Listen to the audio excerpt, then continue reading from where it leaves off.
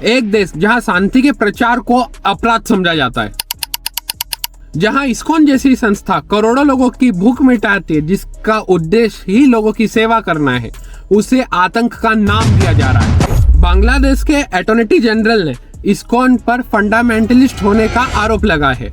एक ऐसी संस्था जो बांग्लादेश में 20 लाख बच्चों को रोजाना खाना खिलाती है, आज वो बांग्लादेश के लिए थ्रेट कैसे बन चुकी है।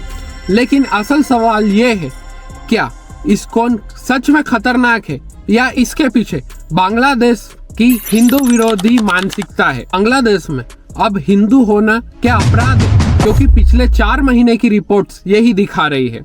पिछले 4 महीने में बांग्लादेश में 2000 से ज्यादा अटैक्स हुए हैं माइनॉरिटीज के खिलाफ। हर मंदिर, हर घर जो बांग्लादेश में जला, वो आवाज दबाने के लिए था, माइनॉरिटीज की आवाज।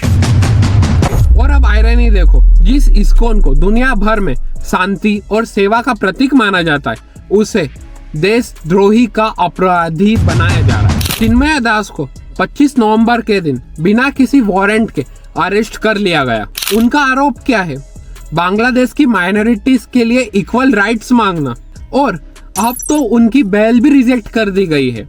क्या यही है बांग्लादेश की सेक्युलर सरकार? क्योंकि कई सारे हमारे देश में यूट्यूबर्स तो यही कह रहे थे ये एक स्टूडेंट प्रोटेस्ट है, जिसके बाद एक सेक्युलर सरकार आएगी बांग्लादेश में। और हमारे देश के यूट्यूबर्स ये समझते हैं कि वो बांग्लादेश के लोगों के साथ खड़े होकर उन्हें बांग्लादेश के लोग आगे भी सपोर्ट करेंगे। एक संस्था जिसका मोटो ही है सिंपल लिविंग हाई थिंकिंग, वो किसी के लिए थ्रेट कैसे बन सकता है? इस्कॉन के 50 साल के इतिहास में एक भी बम ब्लास्ट, एक भी दंगा, एक भी इलीगल एक्टिविटी रिकॉर्ड नहीं हुई है। लेकिन बांग्लादेश की सेक्युलर सरकार को यह लगता है कि यह ऑर्गेनाइजेशन एक फंडामेंटलिस्ट ऑर्गेनाइजेशन। इसका मतलब क्या है? बांग्लादेश की सेक्युलर सरकार के लिए सेवा करना और स्पिरिचुअलिटी एक खतरा बन चुका है। चिन्मय दास की डिमांड्स क्या है, पहले आप ये जानिए।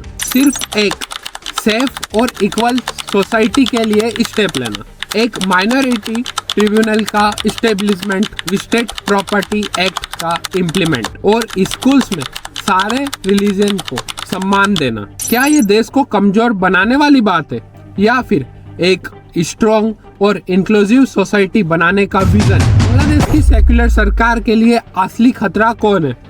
एक्सट्रीमिस्ट जो आजाद घूम रहे हैं, या फिर वो मॉन्क्स जो माइनॉरिटीज के लिए आवाज उठा रहे हैं? जब पॉलिटिशियंस अपनी नाकामी छुपाते हैं तो वो किसी को भी बलि का बकरा बना देते हैं, और इस बार बलि का बकरा बना है इस्कॉन। एक तरफ एक्सट्रीमिस्ट ग्रुप बांग्लादेश की जेलों से छोड़े जा रहे हैं, दूसरी तरफ बांग्लादेश में शांति का प्रचार करने वाले मॉन्क्स को जेल में डाला जा रहा है। क्या यही है बांग्लादेश की नई सेक्युलर सरकार? बांग्लादेश की इकोनॉमी का एक बड़ा हिस्सा हमारे रिसोर्सेस के थ्रू चल रहा है, जैसे कॉटन, इलेक्ट्रिसिटी, ट्रेड एग्रीमेंट्स के थ्रू। क्या अब हमें हमारी चुप्पी तोड़कर बांग्लादेश की माइनॉरिटीज के लिए आवाज उठानी चाहिए? एक तरफ हम उनकी इकोनॉमी को सपोर्ट कर रहे हैं, दूसरी तरफ वो हमारे रिलीजन ग्रुप को डेंजरस बता रहे हैं। ये कब तक चलेगा? आज बांग्लादेश इस्कॉन जैसी संस्था को थ्रेट बोल रहा है, तो सोचिए कल क्या होगा। यह उन लाखों माइनॉरिटीज की लड़ाई है जो अपनी पहचान के लिए हर दिन प्रॉब्लम फेस कर रही है। क्या हम इस इनजस्टिस के लिए खड़े रहेंगे या फिर चुप रहकर इन पर जुर्म होते हुए देखेंगे, या चुप रहकर इन्हें और कमजोर बनाएंगे? अगर आपको लगता है कि सच का समर्थन जरूरी है तो इस वीडियो को शेयर कीजिए, ऐसे इनजस्टिस के खिलाफ आवाज उठाइए। इस्कॉन डेंजरस नहीं है, लेकिन बांग्लादेश के कट्टरपंथी और उनका समर्थन करने वाले भारतीय यूट्यूबर डेंजरस जरूर हैं। अगर हम अभी नहीं बोलेंगे तो शायद कभी नहीं बोलेंगे। बांग्लादेश के हिंदुओं पर हो रहे अटैक्स के कारण यूके, इजराइल, अमेरिका जैसे देशों ने चिंता व्यक्त की है। बांग्लादेश के लोग इतने निचले और गिरे हुए लोग हैं। जब बांग्लादेश आजाद हुआ था तब बांग्लादेश में गरीबी अपने चरम पर थी, वहाँ के लोग भूखे नंगे थे। तब इस्कॉन ही था जिसने वहाँ के लोगों में खाना बंटवाया था, लेकिन आज इस्कॉन के ही खिलाफ वो लोग खड़े हैं।